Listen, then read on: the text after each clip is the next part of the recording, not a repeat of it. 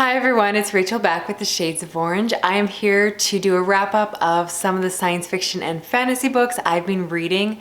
I have a good variety here, including some more popular books, and it's always fun to weigh in with my own opinion. All that being said, let's get started. First, let's talk science fiction, and I read City of Golden Shadow by Tad Williams. This is the first book in a series called Otherlands, which has 4 books in it, and they are intended to be read all in one because this book definitely has an unsatisfying ending. It very much is considered to be just the first part of a story that you really have to read all 4 volumes in order to understand the full scope. So keep that in mind. I've only read the first one at the time of recording this, but this story is very epic in nature. This is set in a near future where people have become obsessed with virtual reality technology, and it's basically taken over the internet. The story is very large in scale, but primarily centers around this situation where people are starting to fall into comas, and it's very mysterious. But early on, a main character that we follow, Rini, and her student become involved in trying to figure out what's going on, and they possibly associate it with the virtual technology and think that that might somehow be the cause, even though they don't know why. Now, there is a lot going on in this story with different characters that are in different virtual reality settings set around the world, and there is just a lot of different plots that you only start to see how they interconnect towards the end of this book. Again, knowing that this is going to lead into 3 more books, and they're all quite large. So this story it's hard to review this because it is incomplete in my mind, that I don't fully know where the story is going. I did really enjoy it. I liked the mystery around what was happening, and I am just a sucker, someone who really enjoys a setting that involves new technology. This was written a little while back, I think back in the 90s this first book came out, and in some ways it did feel dated. Some of the things that the author was suggesting just kind of have already come to fruition, and you can kind of see whether or not he got some of those predictions right. But in other ways, this book definitely has a lot of forethought, and I like the way that it explored that technology. I really enjoyed getting to learn how the virtual reality worked, how people created different avatars for themselves.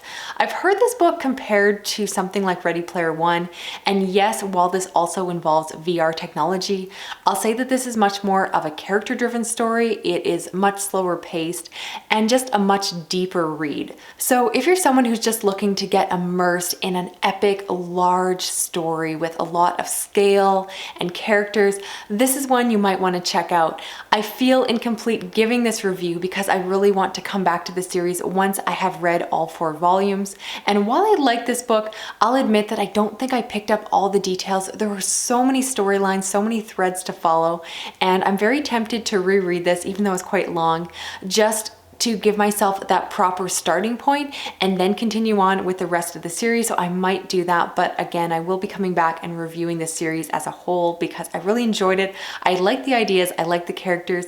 I should mention that one of the main characters is someone of South American Aboriginal descent, and his mythology played into the story quite a bit, and I love that. I don't know how good the representation was, but I found it absolutely fascinating. I like the fact that this story wasn't primarily set in North America or the UK, but had that South American setting, and it was just fascinating. So while I can't completely recommend the series as a whole, I think this is a really intriguing starting point, and I will definitely be coming back with more thoughts once I have a larger, more complete scope of the story. So stay tuned for that.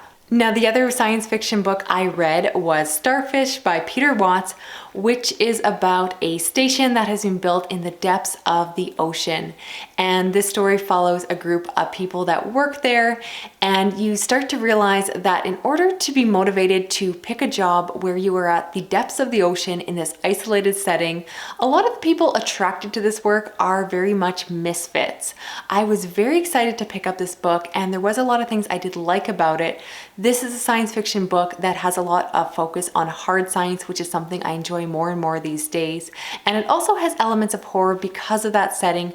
There are some very large creatures at the bottom of the ocean and a lot of unknowns, and I did enjoy that aspect to it. And with this setting, there's also a need for people to augment their bodies, and I did find that aspect to be really interesting as well.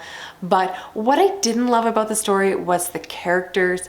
They're very unlikable, which I don't mind, but I didn't didn't find them interesting enough to be pulled into the story. And I find that while I enjoy hard science books, I still need to have good character developments. The ideas themselves are not enough to hold me into a story. So while the beginning was good and I found the first couple chapters very claustrophobic, if I'm honest, I just got bored in this one and I struggled to push through and finish because I wanted to see where it was going. It's the first book in a trilogy and I don't think I'll continue on. I thought the ideas were good, but I just needed something more to pull me into this book. I should also mention that it's very grim and depressing in tone. And not that I need my stories happy, but I was hoping that this would be more of a fun science fiction horror. And it was definitely more on the grim and depressing side, which honestly wasn't what I was in the mood for when I picked this up. So a little bit my reading experience. I know other people enjoy this one, but it didn't have enough character work in the way that I wanted for me to get pulled into the story. So very much a disappointment. I thought this one would be a favorite because I usually love sci-fi horror so much, but this one unfortunately missed the mark for me. Now switching over to fantasy, I have a pretty buzzy one here, and that is Elantris by Brandon Sanderson, which of course is his debut published novel. This is about the city of Elantris that used to be filled with supposed living gods. They were this brilliant group of people that had amazing magical abilities, so it seemed, that they could do things that were just incredible, and people just worshiped them and thought that they were basically gods. And something happened 10 years ago and the city fell into decay. The people died out and at least came to a state where they were basically living dead. And the story is told from a few perspectives, one being a woman who is betrothed to a man. However, she finds out at the beginning of the story that he is dead, and she is still forced to move to this other kingdom and try to make a life for herself there and just get involved in their politics. And the story is also told from the perspective of her would-be husband, who we find right from the beginning is not actually dead, but instead has fallen under the curse that happened to Elantris and is now among these pseudo-living dead people. And he is trying to make the most of his new situation. This book is full of court politics as well as a lot of religious focus. I like the characters, although I will admit that they were very much perfect protagonists. They didn't really have many traditional flaws. Their flaws were almost that they were too perfect. I did really like the female perspective though. She really had to speak up for herself and was just smart and spunky with a lot of sass and just did not hold her tongue back. And I just got pulled into the story. Unlike some of his other more popular books, this one doesn't have as much emphasis on the magic system. It doesn't really play a part until the end of the book, and it's just never quite as well explained as you get in something like Mistborn. So I like the magic system. I actually thought it was super intriguing, but I don't feel like I fully understood it by the end of the story. I would love to see it explored more. I believe there's going to be further books into this. I would definitely recommend this one to anyone who's been hesitant to pick this one up because everyone online says, oh, it's not as good as his other ones. I still thought it was a really solid fantasy book and reads perfectly well as a standalone. So I would personally recommend it, and I definitely will reread it in the future. Now, last but not least, we have The Eye of the World by Robert Jordan, which of course is the first book in the Wheel of Time series. I think most people know the general idea of the story is that it follows a set of farm boys that are basically sent off into the larger world when something happens. I want to be really vague with the plot in case people aren't aware and just want to experience the story for themselves. But this is a very epic fantasy story that is so beloved. It is a very long-running series that is complete, and I just wanted to check it out for myself, especially before the Amazon show came out. And I will say that I appreciated this one, but I didn't love it. I knew right from the start that this book was purposely written to be very reminiscent of the first book in the Lord of the Rings trilogy, Fellowship of the Ring. And even knowing that, I was surprised how similar it was. The beginning is like point for point, the same action that gets the characters out of the Shire is very similar to what happens to these little farm boys. And there was a lot of characters that just felt like stand-ins for other people. Like I was like, oh, that's Frodo and that's so-and-so.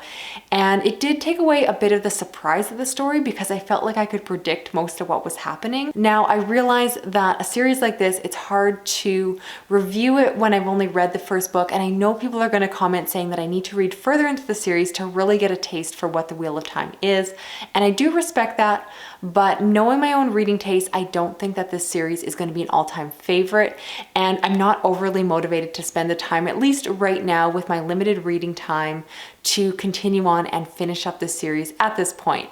I just would say that this is the kind of fantasy that is very classic and is full of the tropes of the genre. And if that's something that you really enjoy, you'll probably love this one. There's a reason that so many people consider this to be their favorite fantasy series. But while I like fantasy, what I've found over the years is that I like fantasy that's different. I tend to like very modern fantasy because it kind of subverts the tropes and just goes somewhere very different. And this one was just so predictable. I liked the characters, but I didn't fall in love with them. I'm sure that with more time reading about them, I would like them more, but at this point, I'm just not craving the next books enough for me to make that commitment. But if this sounds up your alley, I do encourage you to check it out for yourself and not take my review as gospel. I just know my reading taste, and this one just didn't fit it, so disappointing only because of the fact that I really want to fall in love with a big epic series, and I just don't think it'll be this one. So love to hear down below for those of you that do enjoy this series. Tell me what you love so much about it.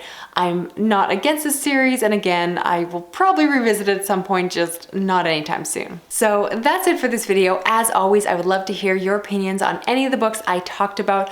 Also, give me some recommendations for hard science fiction books with really good characters, as well as fantasy books that subvert the tropes and aren't very classic in style. I would love to hear some fantasy books that are a little bit more out of the box. As always, thank you so much for watching, and I will be back with another video. Okay, bye-bye.